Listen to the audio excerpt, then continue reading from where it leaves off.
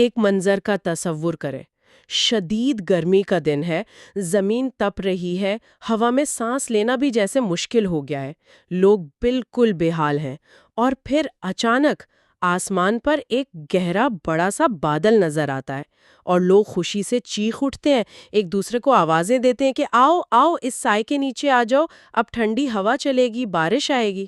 اور یہی وہ لمحہ ہے جہاں یہ کہانی ایک ناقابل یقین موڑ لیتی ہے۔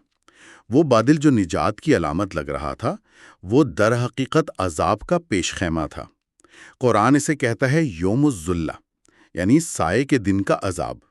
تو سوال یہ پیدا ہوتا ہے کہ مدین اور ایکا کے لوگوں کے ساتھ آخر ایسا کیا ہوا کہ ان کی امید کا سب سے بڑا ذریعہ ہی ان کی تباہی کا سبب بن گیا؟ وہ کون سے گناہ تھے جن کی سزا اتنی شدید اور اتنی علامتی تھی؟ تلاش کریں گے۔ ہمارے پاس جو ماخوذ ہیں ان کی مدد سے ہم حضرت شعیب علیہ السلام اور ان کی قوم کی کہانی کی گہرائی میں اترتے ہیں، تاکہ یہ سمجھ سکیں کہ ایک اتنی خوشحال قوم آخر کس طرح اپنی ہی بدعمالیوں کی وجہ سے تباہی کے دہانے پر پہنچ گئی۔ تو آئیے پہلے منظر کو ترتیب دیتے ہیں۔ یہ بات ہے تقریباً 1700 سال قبل مسیح کی۔ مدین کا علاقہ، جو آج کے اردن اور سعودی عرب کے بیچ میں ہے، ایک بہت اہم تجارتی شاہراہ پر۔ بظاہر تو یہ ایک بہت خوشحال اور ترقی یافتہ قوم تھی۔ بالکل، اور ان کی خوشحالی کی وجہ ہی آپ کہہ لیں ان کے بگاڑ کی وجہ بنی۔ ماخذ یہ واضح کرتے ہیں کہ یہ صرف چند دکانداروں کی دھوکہ دہی کا معاملہ نہیں تھا۔ مدین کا پورا معاشی نظام ہی بے ایمانی پر کھڑا تھا۔ وہ ایک اہم تجارتی راستے پر تھے اور انہوں نے اس کا فائدہ اٹھاتے ہوئے کیرف میں، وزن اور پیمانوں میں منظم طریقے سے ہیر پھیری کر کے ایک استحصالی نظام بنا دیا تھا۔ یہ انفرادی گناہ سے بڑھ کر ایک منظم معاشی دہشت گردی تھی۔ یہ تو بہت دلچسپ نکتہ ہے۔ یعنی یہ صرف دکاندار کم تولتا تھا والی بات نہیں تھی، یہ ایک ایسا کلچر تھا جہاں ہر کوئی ایک دوسرے کو نیچا دکھا کر ہی آگے بڑھنا چاہتا تھا۔ آپ نے بالکل صحیح پکڑا ہے۔ لالچ ان کے معاشرے میں اس قدر سرایت کر گیا تھا کہ ایمانداری کو بے وقوفی سمجھا جاتا تھا اور دھوکہ دہی کو ہوشیاری۔ وہ چیزیں دیتے وقت کم ناپتے تھے اور لیتے وقت زیادہ، لوگوں کو ان کی چیزوں کی اصل قیمت سے کم دیتے تھے، اور تو اور راستوں پر بیٹھ کر آنے جانے والے تاجروں کو بھی لوٹتے تھے۔ اللہ نے انہیں ہر نعمت دی تھی، لیکن انہوں نے اس کا شکر ادا کرنے کے بجائے اسے دوسروں پر ظلم کرنے کا ذریعہ بنا لیا۔ تو معاشرہ اس قدر بگاڑ کا شکار تھا۔ ایسے میں سوال پیدا ہوتا ہے کہ اصلاح کی کوشش کس نے کی؟ اور یہیں حضرت شعیب علیہ السلام کی آمد ہوتی ہے۔ جی، اور اللہ نے انہی کی قوم میں سے ایک ایسے شخص کو نبی بنا کر بھیجا جو اپنی فصاحت و بلاغت کے لیے مشہور تھے۔ اسی لیے انہیں خطیب الانبیاء یعنی نبیوں میں سب سے بہترین خطیب کا لقب ملا۔ اور یہ کوئی اتفاق نہیں تھا۔ ایک ایسی قوم جو تجارت، لین دین اور بحث مباحثے کی ماہر ہو، اسے قائل کرنے کے لیے ایسے ہی پیغمبر کی ضرورت تھی جن کی بات میں وزن ہو، دلیل ہو، اور جو ان کے دلوں کو چھو سکیں۔ قرآن میں ان کا نام 11 مرتبہ آیا ہے، اور وہ حضرت ابراہیم علیہ السلام کی نسل سے تھے۔ اور ان کا پیغام کیا تھا؟ ماخذ کے مطابق انہوں نے بہت واضح اور سیدھی بات کی۔ جی، قرآن ان کے الفاظ کو بہت خوبصورتی سے بیان کرتا ہے۔ انہوں نے صاف صاف کہا، اے میری قوم، اللہ کی عبادت کرو، اس کے سوا تمہارا کوئی معبود نہیں، اور ناپ تول میں کمی نہ کرو۔ پورا پیمانہ دو اور صحیح ترازو سے تولو، اور لوگوں کو ان کی چیزیں کم کر کے نہ دو، اور زمین میں فساد نہ پھیلاؤ۔ ان کے پیغام میں توحید اور معاشی انصاف ساتھ ساتھ چل رہے ہیں۔ اور یہ بہت اہم نکتہ ہے۔ حضرت شعیب علیہ السلام نے انہیں یہ نہیں کہا کہ دنیا چھوڑ دو، بلکہ یہ کہا کہ دنیا کو انصاف کے ساتھ چلاؤ۔ انہوں نے مذہب کو صرف ذاتی عبادت تک محدود نہیں رکھا، بلکہ اسے بازار اور معاشرت کے مرکز میں لا کھڑا کیا۔ انہوں نے واضح کیا کہ تمہاری عبادتیں اس وقت تک بے معنی ہیں جب تک تمہارے معاملات درست نہ ہوں۔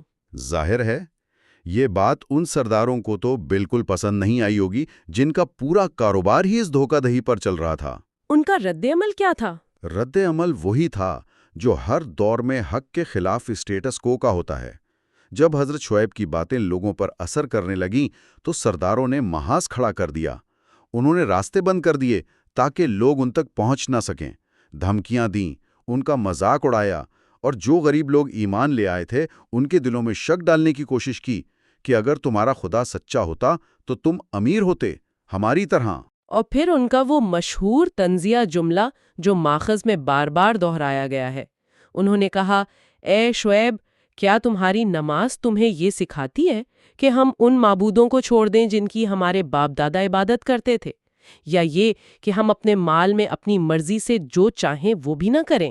یہ صرف ایک طنز نہیں تھا، اگر آپ اس کی گہرائی میں جائیں تو اس میں ایک گہری سماجی ٹپنی چھپی ہوئی ہے۔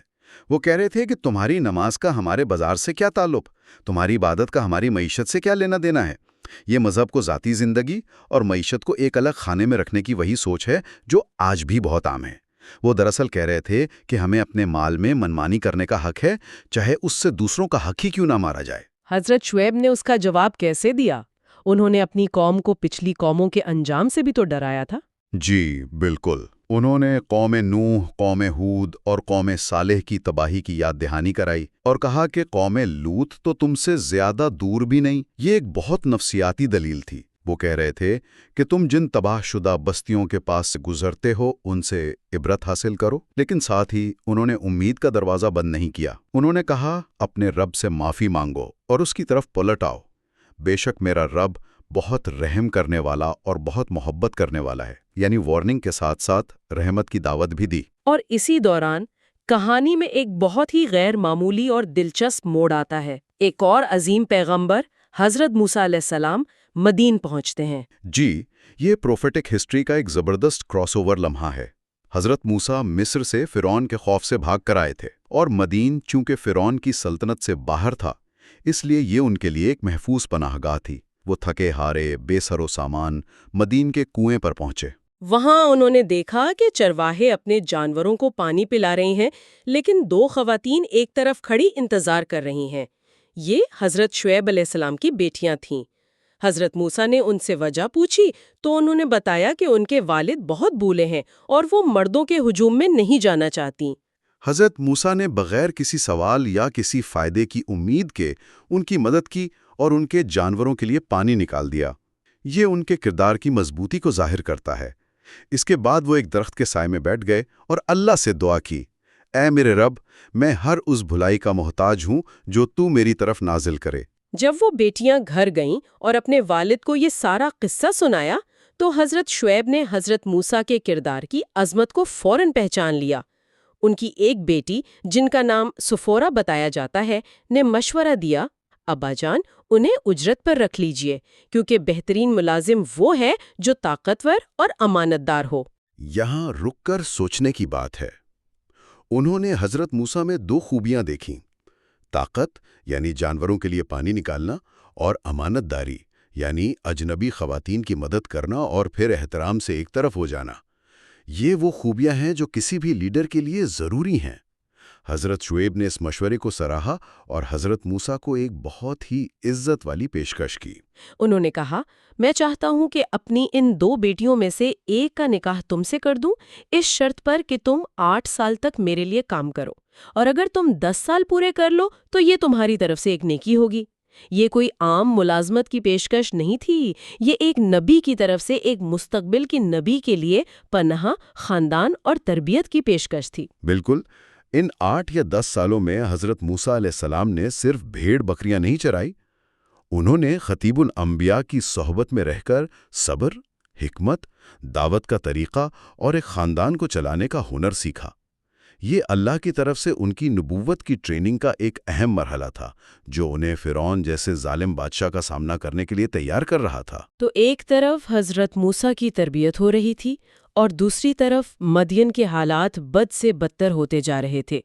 قوم نے اب دھمکیوں کا مرحلہ بھی پار کر لیا تھا۔ جی، وہ اب کھلے عام حضرت شعیب اور ان پر ایمان لانے والوں کو شہر سے نکالنے اور یہاں تک کہ جان سے مارنے کی دھمکیاں دینے لگے تھے۔ انہوں نے صاف کہہ دیا، اے شعیب، ہم تمہیں اور جو تمہارے ساتھ ایمان لائے ہیں اپنی بستی سے ضرور نکال دیں گے، ورنہ تمہیں ہمارے مذہب میں واپس آنا پڑے گا۔ اس آخری دھمکی کے بعد حضرت شعیب نے اپنا معاملہ اللہ پر چھوڑ دیا۔ ان کے آخری الفاظ کیا تھے؟ جب حجت تمام ہو گئی اور انکار اپنی انتہا کو پہنچ گیا تو انہوں نے نہایت وقار سے اپنی قوم سے تعلق ختم کرنے کا اعلان کیا۔ فرمایا، اے میری قوم، تم اپنی جگہ پر عمل کرو، میں اپنی جگہ پر عمل کرتا ہوں۔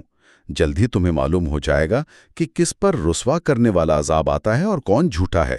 تم بے انتظار کرو، میں بھی تمہارے ساتھ انتظار کرنے والوں میں سے ہوں۔ یہ ایک نبی کا اعلان برات تھا۔ اور پھر اللہ کا فیصلہ آ گیا۔ مدین پر کیسا عذاب آیا؟ قرآن کہتا ہے کہ وہ اپنے گھروں میں اوندھے پڑے رہ گئے، جیسے وہ وہاں کبھی بسے ہی نہ تھے۔ ان کا شور شرابے والا بازار ہمیشہ کے لیے خاموش ہو گیا۔ تو مدین کا باب ایک ہولناک زلزلے اور چیخ پر ختم ہوا، لیکن حضرت شعیب کا مشن ابھی ختم نہیں ہوا تھا۔ ماخذ بتاتے ہیں کہ وہ اور ان کے ساتھ ایمان والے بچ گئے اور ایک اور قوم اکا کی طرف گئے۔ یہ کون لوگ تھے اور کیا مدین کے انجام نے ان پر کوئی اثر ڈالا؟ یہی اس کہانی کا سب سے عبرتناک پہلو ہے۔ اکا، جس کا مطلب ہے گھنے درختوں والا علاقہ، مدین کے پڑوس میں ہی آباد تھا۔ ان کے آپس میں تجارتی اور خاندانی تعلقات بھی تھے۔ وہ اپنے پڑوسیوں کی تباہی کے چشمدید گواہ تھے، یا کم از کم انہوں نے اس کے بارے میں سنا ضرور تھا، لیکن انہوں نے اس سے کوئی سبق نہیں سیکھا۔ ان کی برائیاں بھی وہی تھیں؟ بالکل وہی۔ تجارتی بے ایمانی، ناپ تول میں کمی، ظلم، اور اس پر مزید یہ کہ وہ شرک میں بھی مبتلا تھے اور درختوں کی پوجا کرتے تھے۔ حضرت شعیب نے انہیں بھی وہی پیغام دیا، اللہ کی عبادت کرو، انصاف قائم کرو، زمین میں فساد نہ پھیلاؤ۔ انہوں نے انہیں مدین کی مثال دی، لیکن انہوں نے تکبر میں آ کر کہا، یہ تو بس پرانے لوگوں کی کہانیاں ہیں۔ تو ان کے لیے عذاب کا دن کیسے آیا؟ یہاں وہ سائے کے دن والا واقعہ پیش آتا ہے۔ جی، جب انہوں نے ہر بات کو جھٹلا دیا تو اللہ نے ان پر عذاب کا ایک بالکل مختلف طریقہ استعمال کیا۔ ان پر 7 دن تک شدید، ناقابل برداشت گرمی مسلط کر دی گئی۔ ہوا بند ہو گئی، پانی خشک ہونے لگا، اور کوئی سایہ راحت نہیں دے رہا تھا۔ لوگ گرمی سے بلبلا اٹھے۔ اور پھر 8ویں دن وہ بادل نمودار ہوا۔ ہاں، 8ویں دن آسمان پر ایک گہرا بادل چھا گیا۔ لوگ جو گرمی سے مر رہے تھے اسے رحمت کا فرشتہ سمجھے۔ وہ خوشی سے چیختے ہوئے اپنے گھروں سے نکلے اور اس بادل کے سائے تلے جمع ہونے لگے۔ وہ سوچ رہے تھے کہ اب بارش ہوگی، ٹھنڈک ہوگی، ہماری مصیبت ختم ہو گئی۔ یعنی ان کی نظر میں وہ ان کی دعا کی قبولیت تھی۔ بالکل، اور یہ اس عذاب کی سب سے بڑی نفسیاتی دہشت تھی۔ ان کی امید، ان کی خوشی اور ان کی نجات کا احساس سب جھوٹا تھا۔ جیسے ہی وہ سب اس سائے کے نیچے جمع ہوئے، اس بادل سے آگ کے شعلے برسنے لگے۔ ایک خوفناک آواز گونجی اور زمین لرز اٹھی۔ وہ سایہ جسے وہ پناہ گاہ سمجھ رہے تھے، ان کا اجتماعی مقتل بن گیا۔ قرآن کہتا ہے، بے شک وہ بڑے ہولناک دن کا عذاب تھا۔ یہ کتنا علامتی عذاب ہے۔ انہوں نے لوگوں کو تجارت میں جھوٹی امید اور دھوکہ دیا، تو انہیں بھی عذاب سے پہلے ایک جھوٹی امید دی گئی۔ آپ نے اس کا خلاصہ بہترین انداز میں کیا ہے۔ ان کا عذاب ان کے جرم کا آئینہ دار تھا۔ مدین والوں نے زمین پر فساد کیا تھا، ان کی بنیادیں کھوکھلی تھیں تو زمین نے ہی انہیں نگل لیا۔ ایکا والوں نے لوگوں کو دھوکے کا سایہ دیا تو انہیں بھی ایک دھوکے باز سائے کے نیچے تباہ کر دیا گیا۔ جب ہم ان کہانیوں کو آج کے دور میں دیکھتے ہیں تو یہ صرف تاریخی واقعات نہیں لگتے۔ ماخوذ ہمیں یہ سوچنے پر مجبور کرتے ہیں کہ یہ برائیاں آج بھی ہمارے معاشروں میں کسی نہ کسی شکل میں موجود ہیں۔ بلا شبہ، تجارت میں دھوکہ، معاشی ناانصافی، کرپشن، اللہ کی نعمتوں کی ناشکری اور انہیں دوسروں کے استحصال کے لیے استعمال کرنا، یہ سب آج بھی موجود ہے۔ حضرت شعیب کا پیغام اسی لیے لازوال ہے۔ ایمانداری، انصاف اور یہ تسلیم کرنا کہ ہماری معیشت اور ہمارے معاملات ہماری عبادت سے الگ نہیں ہیں، یہ آج بھی نجات کا واحد راستہ ہے۔ ماخوذ میں اس طرف بھی اشارہ ہے کہ آج کل جو قدرتی آفات آتی ہیں، جیسے زلزلے یا موسم کی شدت، یہ بھی انسان کے لیے تنبیہات ہو سکتی ہیں۔ جی، ماخذ ہمیں دعوت دیتے ہیں کہ ہم واقعات کو صرف سائنسی یا اتفاقی حوادث کے طور پر نہ دیکھیں، بلکہ ان میں اپنے لیے اشارے تلاش کریں۔ یہ سوچنے کا موقع ہے کہ کہیں ہم بھی اجتماعی طور پر کسی ایسی غلطی پر تو قائم نہیں جو اللہ کی ناراضگی کا سبب بن رہی ہو۔ اس کا مطلب یہ نہیں کہ ہر آفت گناہوں کی سزا ہوتی ہے، لیکن یہ خود احتسابی کا ایک موقع ضرور فراہم کرتی ہے۔ تو اس ساری گفتگو سے ایک مومن کے لیے کیا سبق نکلتا ہے؟ اس کی کیا ذمہ داری ہے؟ ذمہ داری دوہری ہے۔ پہلی، اپنے معاملات کو درست کرنا۔ اپنی تجارت، اپنی نوکری، اپنے لین دین میں 100% ایماندار رہنا، چاہے پورا معاشرہ دھوکے کی طرف ہی کیوں نہ جا رہا ہو۔ اور دوسری ذمہ داری جو زیادہ مشکل ہے وہ ہے حضرت شعیب کی طرح حکمت اور نرمی کے ساتھ بھلائی کی طرف بلانا اور برائی سے روکنا۔ یہ پیغام صرف زبان سے نہیں بلکہ اپنے کردار سے دینا ہے۔ جب لوگ آپ کو ایک قابل اعتماد اور انصاف پسند انسان کے طور پر دیکھیں گے تو آپ کی بات میں خود بخود وزن پیدا ہو جائے گا۔ تو مدین اور ایکا کی یہ کہانی دراصل معاشی بدعنوانی اور الہی ہدایت کو نظر انداز کرنے کے سنگین نتائج کے خلاف ایک ابدی انتباہ ہے۔ یہ ہمیں یاد دلاتی ہے کہ اخلاقیات کے بغیر معاشی خوشحالی پائیدار نہیں ہوتی بلکہ تباہی کا باعث بنتی ہے۔ اور ماخذ ہم ایک بہت گہرے سوال کے ساتھ چھوڑ جاتے ہیں۔ اگر انسانیت نے یہ سبق نہیں سیکھا تو تاریخ خود کو دہرا سکتی ہے۔ تو اصل ذمہ داری کیا ہے؟ کیا صرف خود نیک بن جانا کافی ہے یا دوسروں کو بھی ظلم اور ناانصافی سے روکنا ضروری ہے؟ اور یہ یاد رکھنا کہ دلوں کو جبر اور زبردستی نہیں بدلتی بلکہ کردار کی مضبوطی، دلیل کی خوبصورتی اور سچائی کی طاقت بدلتی ہے۔